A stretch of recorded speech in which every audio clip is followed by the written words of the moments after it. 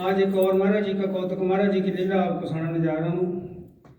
चौक की बात है तो जो पहले एक दिन मैंने जिक्र किया था, पहले दिन कि जो लोटो थी जिनकी खबर के लिए बालक राम जी गए थे, तो उनकी धर्मपत्नी का नाम महाराज जी ने गुरु प्यारे रखा हुआ था। तो उनकी लड़की एक 6 साल की थी, जो एक ही लड़की भी है शांता, तो बीमार हो गई वो बहुत ज़्यादा। 18 दिन तक उसने कुछ नहीं खाया पिया। जब उनका सांस बंद हो जाता था तब उसको बाहर रख देते थे संस्कार करने के लिए। जब फिर तो ले जाने लगते थे फिर सांस आने लग जाता था।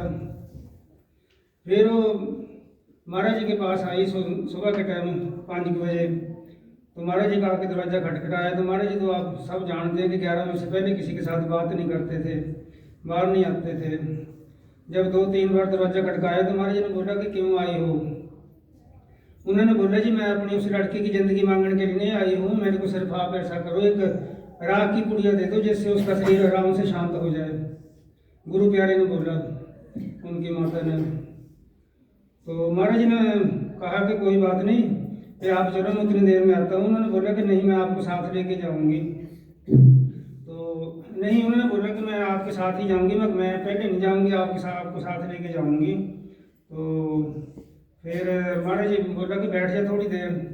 फिर महाराज जी थोड़ी देर बाद कमरे से निकले और उन्होंने एक सेब लिया और चाकू लिया महाराज जी ने, और चल पड़े आगे आगे। महाराज जी पीछे पीछे गुरु प्यारी घर पहुंच गए। तो उन्होंने बोला कि अंदर रखी हुई थी शांता, उसको बोले बाहर लाओ, लड़की को 6 साल की थी।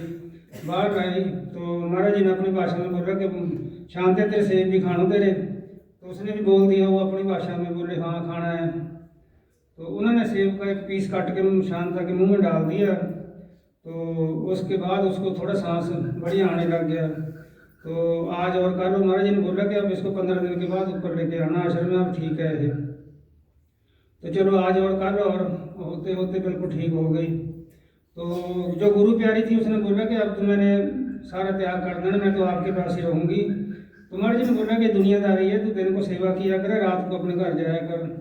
तो चलो इस तरह काफ़ी टाइम चलता रहा। फिर एक बार महाराज जी ने इधर गढ़शंकर के लिए आना था अक्टूबर नवंबर में। तो महाराज जी तो जब आने लगे तो उन्होंने शिवानंद जी से बालक राम जी को कहलाया कि बालक राम जी जब आप हरिद्वार जाएंगे तो मेरे को चिट्ठी लिखना आपने।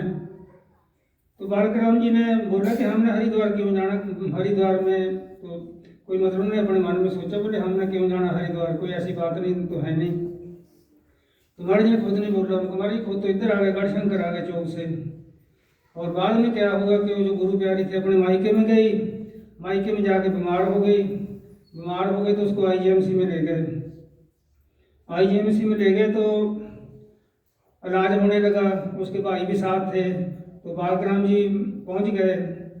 करते कराते मतलब उसके साथ एक और बेड था, जो कोट खाई की एक लेडी थी, उसका बेड उसी के साथ था।